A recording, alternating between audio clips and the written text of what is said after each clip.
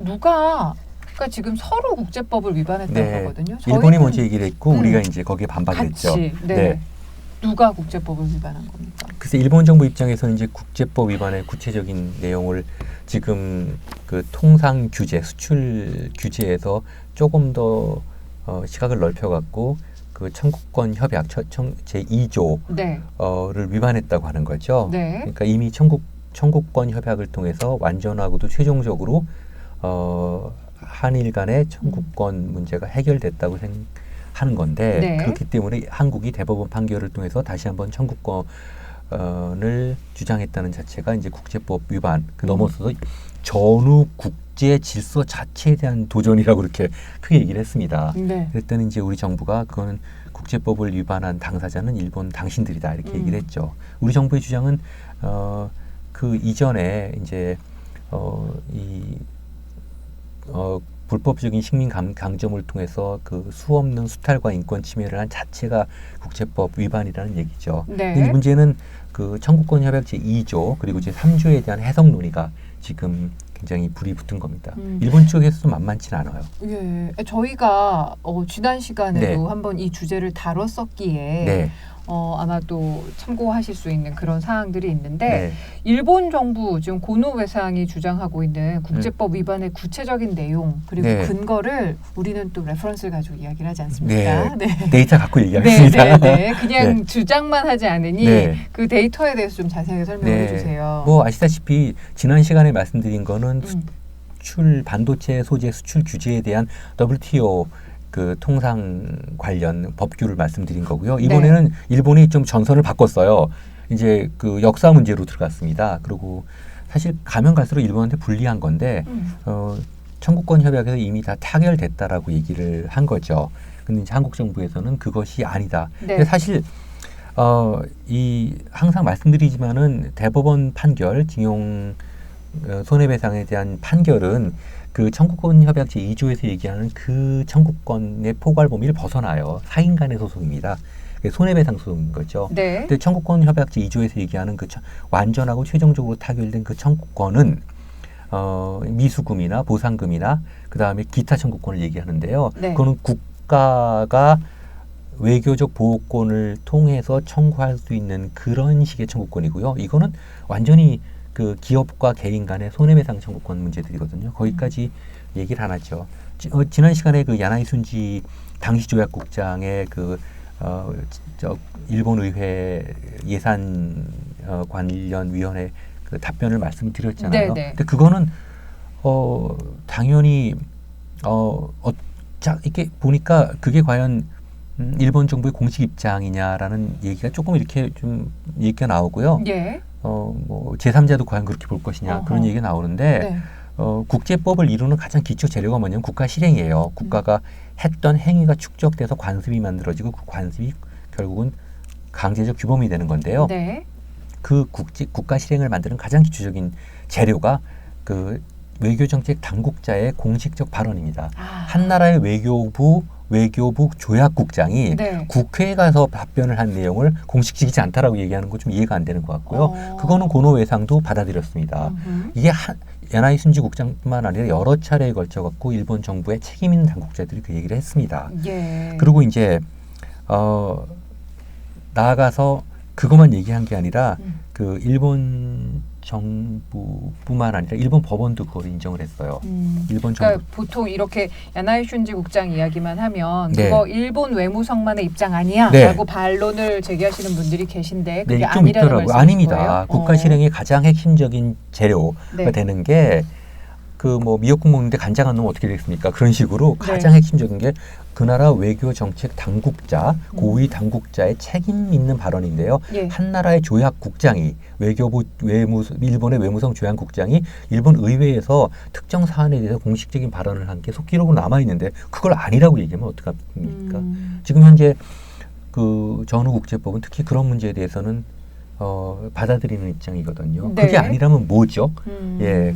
근데 이제 일본 법원도 이제 1990년대 말에 그 히로시마 고등법원에서 이 청구권 문제가 나왔을 때 청구권의 성격에 대해서 공식적인 입장 표명을 하고 있습니다. 그러니까 한국 측의 청구권은 일본 국내법에 의해서 소멸됐다고 판시를 하는데 즉 1965년 청구권 협정이 청구권을 직접 소멸시킨 것이 아니라 청구권 문제를 해결하는 데 필요한 국내법 조치를 각국이 밟기로 하고 양국은 상대국의 이러한 조치에 대해서 이의를 제기하지 않기로 했고 이에 따라 다시 말씀드릴까요?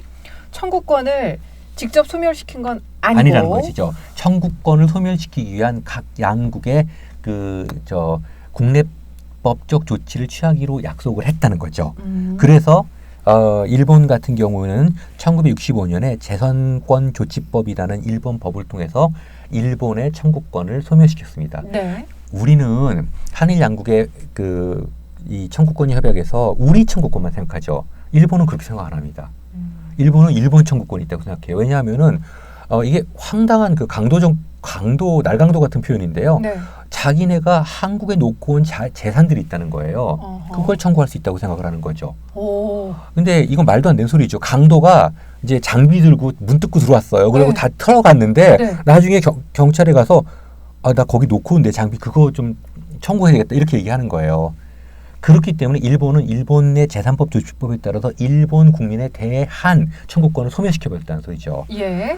그러니까 이거는 보통 이행입법이라고 하는데 국제조약이 체결됐을 때는 우리 헌법도 일반 국제법과 체결된 조약은 즉각적으로 적용되게 돼 있지만 그것이 적용되기 위해서는 이행입법이 좀 필요합니다. 좀 더 구체적으로. 근데 그 이행입법을 밟기로 그 조치를 하기로 약속을 했다는 소리입니다. 그러니까 다시 말씀드리면 청구권 협약은 직접적인 청구권을 소멸시키는 것이 아니라 각 나라가 국내적 조치를 밟기로 했다라는 것이 히로시마 고등법원의 판시 내용이고요. 그러니까 각 나라에서 해결할 문제를 각자 알아서 하기로 한 거지. 약속하자, 한 거지.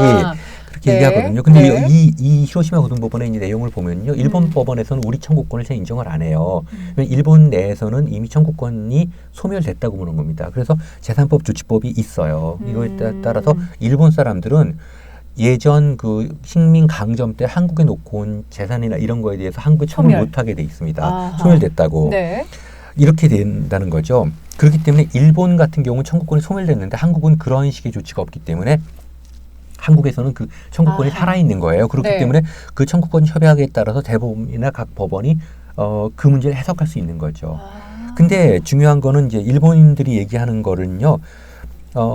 우리 같은 경우는 1945년에 미 군정청의 적산, 그러니까 적국의, 그러니까 일본인 재산 접수 조치가 유효함을 들어서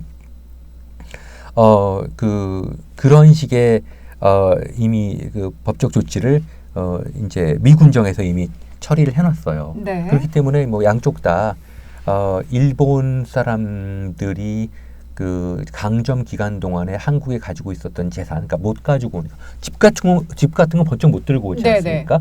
그런 얘기들을 일본 법으로는 이미 처리를 했는데 우리는 아직 그 문제를 입법을 하지 않았다는 소리죠. 그렇기 때문에 우리는 1965년 협약에 따라 해석하는 것뿐입니다. 네, 일본이 얼마나 그 생각이 그러냐면요. 그 1953년부터 이루어진 한일 국교 정상화 회담에서 첫 번째로 제시한 게 뭐냐면은 우리가 일본과 한국 사이의 첫 번째 그 항목 1호가 뭐냐면 당시 우리 대한제국 은행 속에 있었던 금괴를 일본이 일본 은행으로 가져가요. 그다음에 거기다 엔화를 채워 놓습니다. 그러니까 우리가 그거 돌려놔라 이렇게 하니까 일본이 대답하는 게 뭐냐면 우리는 당시 일본 국내법에 의해서 합법적인 조치를 한 거다. 그리고 탈취하지도 않았다. 거기다 일본 엔화가 집어넣었다. 이거 황당한 논리죠. 이게 이런 논리에 동조하는 한국 사람들이 좀 있습니다. 근데 그거는 일본의 한국 강점이 합법적일 때, 합법적으로 우리가 병합됐을 때, 그러니까 인정하고 나가는 거죠. 당시에 돌아가신 정일련 박사님이 당시에 이거는 주권 국가 사이의 국제법 논이다. 니네들이 우리 은행에 있는 그 금괴를 탈취해간 그 얘기를 하는 건데 왜 갑자기 일본법을 갖고 얘기하냐. 그게 이제 아주 정확히 보신 거예요. 그러니까 다시 말씀드리면 일본 입장에서는 이게 왜 잘못됐다고 하지? 그래 금괴 가지고 그만큼의 엔화를 채워넣었어. 근데 무슨 소리냐? 이건 주권국가 사이의 국제법 문제인데 누구 허락을 받고 그걸 가지고 그러니까 아니냐? 우리 거를 뜯어간 거예요. 우린 엔화 필요 없다. 그거 내놔라. 이렇게 얘기한 거거든요. 다시 원점으로 돌리면 일본의 생각은 좀 그 정도입니다. 우리가 합법적으로 통치했고 그러니까 우리도 당시 갖고 있었던 당시 조선 지금 한국 내에 있었던 그 재산들은 특히 부동산이겠죠. 네. 동산은 모르지만 그냥 네. 왔으니까 그거에 대한 청구권 포기했으니까 니네도 포기해. 포기해라라고 얘기하는 건데 이거는 사실 얘기가 다르죠. 주권 국가 사이의 문제들이니까. 그러니까 각 주권 국가 사이에서 그 네. 자국 내에서 네. 법을 어떻게 만들어서 네. 활용을 할지는 각자 알아서 네. 할 일인데 일단 일본에서는 그런 네. 청구권 자체를 네. 다 소멸시켰기에 네. 우리도 그렇게 해라라고 그런 주장을 거 있죠. 하는 거예요. 그러니까 안 하는 너희들은 너희 한국 너희는 저 어느 국제 질서에 대한 중대한 도전을 하는 거다. 국제법을 어긴다 그러는데 사실 말이 안 되는 소리죠. 그러니까 이거는 조금 지금까지 생각하신 건 달리 청구권은 네. 한국에만 존재한다고 생각했죠. 예. 일본은 안 그렇게 생각합니다. 우리도 우리도 너희에 대한 청구권이 있는데 우리는 소멸시켰다. 그거 그러니까 우리 포기했으니까. 우리 포기했으니 니네도 포기해라. 이렇게 얘기하는 거예요. 아마 근데 지금 이 야나이 슌지 국장의 얘기가 나오면서 좀 사회 일각에서는 야 그게 뭐 그냥 그때 분위기 대충 봐갖고 당시 이제 한일 관계가 조금 더 정상화되는 과정에서 뭐 말하기 어려우니까 그렇게 하지 않았겠어? 그 중재 같은 데 갔을 때 제3국도 그렇게 볼까라고 말씀하시는 분이 있는데 그런 분들이 좀 있더라고요, 일부. 근데 안 그렇습니다. 좀 뭐 국제법의 대원칙이죠. 국가 실행의 가장 중요한 재료가 그 외교 당국자의 책임 있는 발언인데 그 기록으로 남아있는 그걸 무시할 수는 없고 심지어는 일본 법원조차도 이 문제는 그 국가 사이 합의를 한 거다. 그러니까 동네적 조치를 밟기로 합의를 한 거다. 이렇게 얘기를 한 거죠. 우리는 그렇게 인정 안 했고요. 네. 네. 자, 이 청구권 협약 제2조에 대해서는 저희가 지난 시간에도 자세하게 다뤘었기 때문에 네. 그 부분을 지금 이야기를 하면서 좀 이해가 안 되신다는 분들은 다시 한번 좀 돌아가서 그렇죠. 예. 짚어보시고 네네. 이 이야기를 복습하시면 될 것 같습니다. 예, 좀 도움이 될 것 네. 같고요. 예. 네. 그러니까 일본이 지금 청구권 협약 또 3조에 따라서 이걸 제3자 중재에 회부하자고 주장을 한 상태고요. 우리나라는 이게 무슨 소리야? 아니 이미 이제 그게 네. 기각됐죠. 왜냐하면 네. 30일 이내에 상대국 정부가 받아들여야 되는데 30일이 우리가 안 되면서 하는 거죠. 그러니까 이제 아베는 야 이거 한국 봐라 너희들이 뭔가 지금 떳떳하지 못한 데가 있으니까 중재도 회부를 안 하지 않냐 그러면서 네. 한국 내에서도 네. 이거 뭐 중재를 가면 우리가 불리하다 그러는데 그게 아니에요. 지난 8개월 동안 작년 10월인가요? 8개월 넘게 10월 달에 대법원 판결 나온 이후에 한일 간의 여러 가지 이제 디베이트, 분쟁까지는 아니지만 이 문제에 대한 해석이 다르니까 네. 문재인 대통령이 여러 차례 아베 수상에 대해서 만나서 얘기하자고 얘기를 했죠.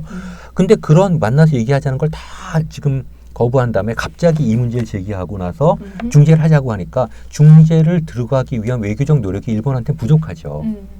지금 일정 앵글만 가지고 일본 측 입장을 주장하는 그런 뭐 언론이나 사회적인 흐름을 보면요. 예. 마치 우리가 떳떳하지 못하게 중재에도 가지 않은 거로 보는데 그게 아니라 중재 이전에 외교적인 해결을 위한 노력을 많이 했죠. 우리 정부가. 근데 그때는 안 만나자고 하더니 지금 와서 갑자기 지금부터 30일 시한을 주고 딱 던져갖고 30일을 받아라 그러는데 기존에 신뢰관계가 전제돼 있지 않은 상태에서 중재를 하면 뭐 하겠습니까? 제가 이거는 다시 한번 말씀드리겠지만요. 네. 중재는 법원의 판결이 아니라요. 영어로 어워드라고 하는데 어떤 식의 그 중재안들이 나오고 그걸 양측이 받아들이는 거거든요. 근데 신뢰가 없는 상태로 받아들여지겠습니까? 안 되죠. 안 되죠. 네. 이혼 소송하고 비슷해요. 그래도 서로 간에 어느 정도 신뢰가 있을 때 그게 협의가 되는 거지. 협의가 안 됐을 때 중재는 강제성이 아니에요. 그러니까 좋은 제안을 주는 거죠. 그런데 만약에 저쪽을 못 믿겠다라고 나오는데 저쪽에서 주는 중재를 뭐 좋을 제3자라 수가 하더라도 없죠. 좋을 수가 없죠. 예, 예. 일본은 마치 한국은 저렇게 국제법을 어긴다고 그러는데 아니에요. 청구법 협약 제3조에 보면 첫 번째가 외교적 노력을 하고 두 번째가 중재안으로 간다고 하는데 외교적 노력 우리가 먼저 기울였죠. 근데 안 하다가 꼬투리를 잡고 나오는데 일본이 굉장히 이 문제를 우리보다 오래 겪어봐서요. 작전이 한 수 높아요. 그 프레임을 잡는 작전이 여기치도 안 되면 일로 들어가고 저기로 들어가 이렇게 들어갑니다. 그러니까 외교적 노력 우리가 먼저 했죠. 근데 일본은 지금 계속해서 외교적 노력도 안 받아들여. 중재도 안 간다 그래요. 한국 정말 이상하다라고 얘기를 하는 거예요. 근데 아니에요. 우리가 먼저 노력을 했죠. 근데 그 부분에 있어서 이제 아까 중재 회부에서 우리가 이제 외교적 노력을 먼저 했는데 일본이 받아들이지 않았고 그 다음에 이제 일본에서 한국에 요구하는데 한국이 이제 받아들이지 않았다. 그런 것에 대해서는 일본은 한국이 받아들이지 않고 있다.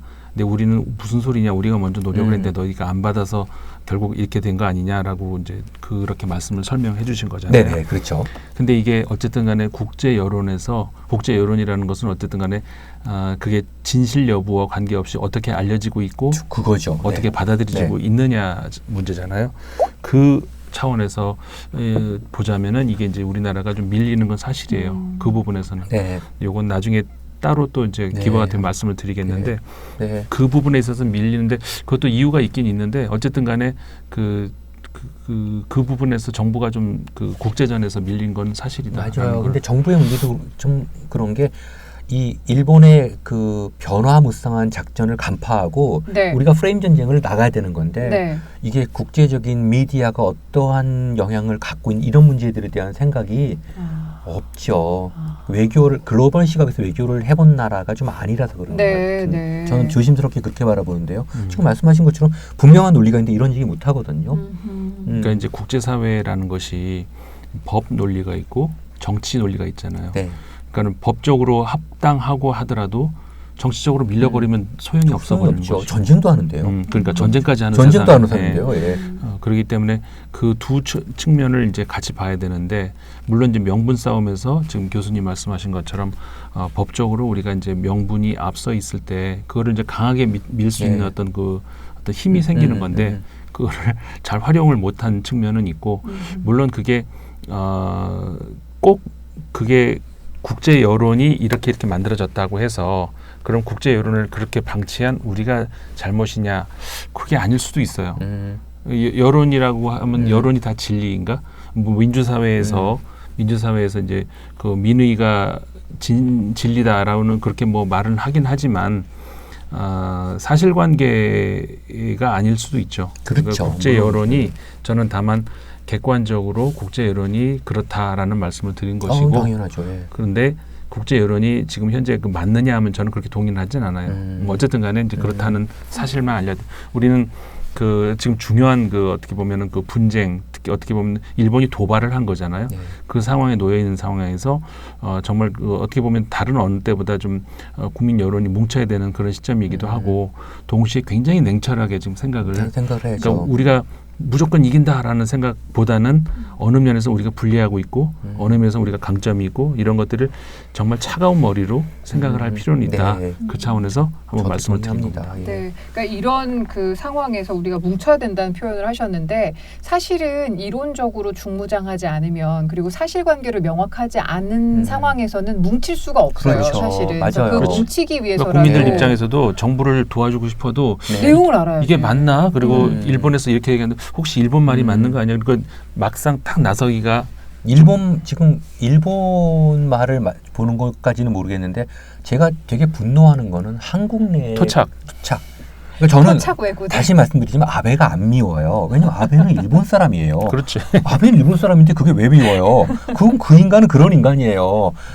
그쪽도 제가 믿겠죠. 근데 여기 있는 사람들이 어떻게 어젠가요? 드디어 김문수 지사 친일해야 된다고까지 나왔죠.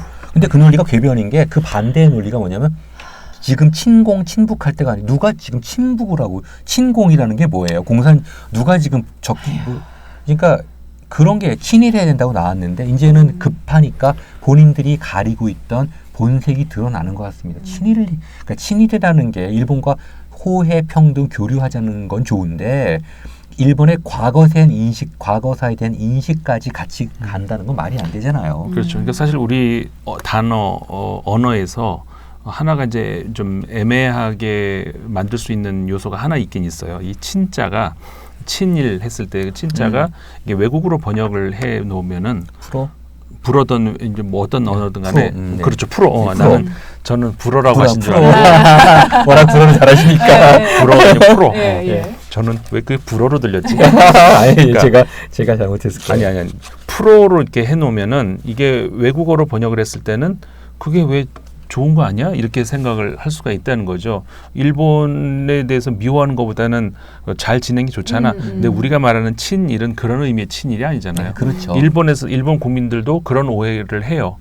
친일을 한국에서 친일파라고 하면은 일본 사람들은 친일파가 나쁜 거야? 왜 나빠라고 나빠. 할 수 있죠. 왜 우리랑 잘 지내겠다는데 네. 왜 나쁜데 이렇게 오해를 하거든요. 과거사에 대한 인식. 그렇죠. 네, 그렇죠. 그래서 사실 친자를 그러니까 그 당시에는 친일이 맞았죠. 근데 이제 지금 입장에서 친일이라고 했을 때는 애매한 그런 네. 요소가 남아 있긴 해요. 예를 들어서 우리가 친독파 그러면 그게 무슨 매국노는 아니잖아요. 네, 지금. 그렇죠. 근데 제가- 네, 말씀. 일본하고의 특수 관계 맞습니다. 속에서 그렇기 때문에 그 애매한 게 남아 있다는 예, 거죠. 제가 일식을 좋아하고 제가 베이토벤을 좋아한다고 제가 친일파고 제가 친독파는 아니잖아요.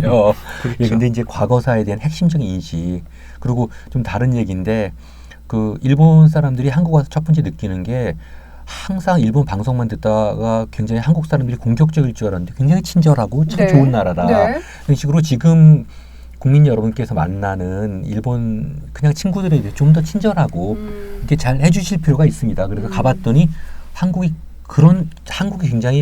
굉장히 그 일본이 자신들의 정체성을 확립하고 또 식민 통치를 하는 과정에서 한국 사람들의 어떤 성향에 대한 이념형이라고 할까? 그러니까 설득할 수 없는 이념형을 만들었죠. 그게 한국 사람들은 굉장히 다혈질이고 거세고 그다음에 좀 충동적이고 이렇게 말 일본 사람들은 거기에 대해서 굉장히 냉철하고 차분하고 예의를 아니거든요. 지금 하는 걸 보세요. 일본이 훨씬 더 지금 감정적이에요. 그리고 우리가 반일하고 일본에서 얘기하는 건 혐한인데 반일은 나름대로 이제 뉘앙스가 논리를 가지고 일본한테 반대한다는 건데 혐이라고 하는 거는 영어로 abhor이라고 해서 네. 어떤 벌레를 봤을 때 우리 이렇게 하는 거거든요. 그냥 혐오스러운 거. 그러면 네. 시민의식 자체도 일본이 훨씬 더 감정적인 거예요. 제가 대해봐도 그래요. 예, 일본 사람들은 뭐 똑같습니다. 예.